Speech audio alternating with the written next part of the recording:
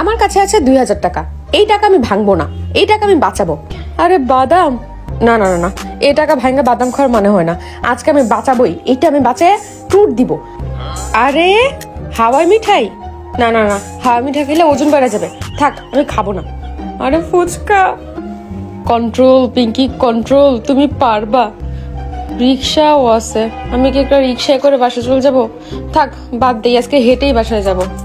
আরে দোসা এক্সপ্রেস, আমার তো এখানে যাইতেই হবে।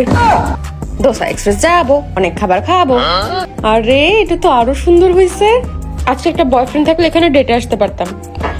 আমার কাছে 2000 টাকা আছে, আমি যদি একটা ড্রিঙ্কস আর ফুচকা খাই তাহলে আর কতই খরচ যাবে, বাকি টাকা আমি রেখে দিব ট্যুর দেওয়ার জন্য। এরপর আমি ওয়েটার ভাইয়াকে ডাক দিলাম, ভাইয়া খুব তৎপর করে চলে আসলো।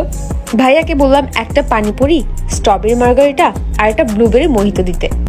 ও মা, 10 মিনিটের মধ্যে পানিপুরি এসে হাজির। ও মাই গড গাইস, কি যে স্মেল আসতেছিল মুখে দিয়েই।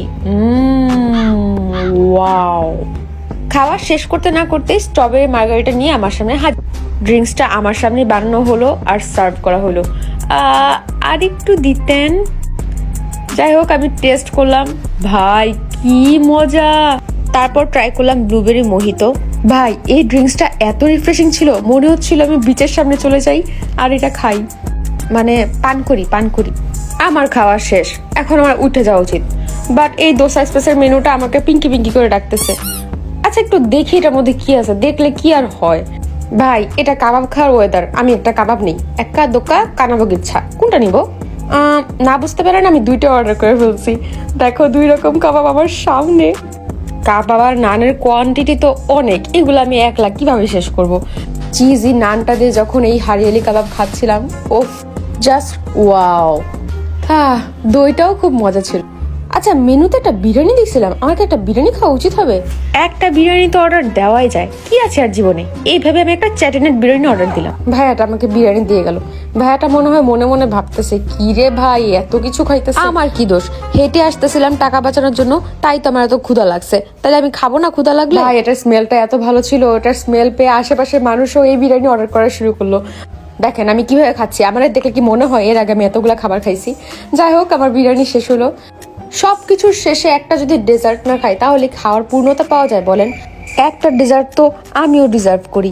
মোভেনপিক থেকে একটা আইসক্রিম অর্ডার করে দিই। ও মাই গড, আইসক্রিমটা চলে আসছে ভাই। আইসক্রিমের সাথে ছিল হানি ফ্লেভার আর সাথে ছিল ওয়াফেল। ও মাই গড, সেই কম্বিনেশন।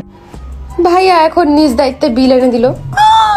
1995 টাকা, 2000 টাকাই ছিল আমার ব্যাগে। যাই হোক, ভাগ্যিস এর চেয়ে বেশি হয় নাই, 5 টাকা তো বাঁচবে আমার। এই তো আমাকে 5 টাকা ফেরত দিয়ে গেল। আমি এই 5 টাকা বাঁচাই ট্যুরে যাব। কিন্তু গাইস, আমি এখন বাসায় কিভাবে যাব? বাসওয়ালা মামাও তো 5 টাকা নেয় না।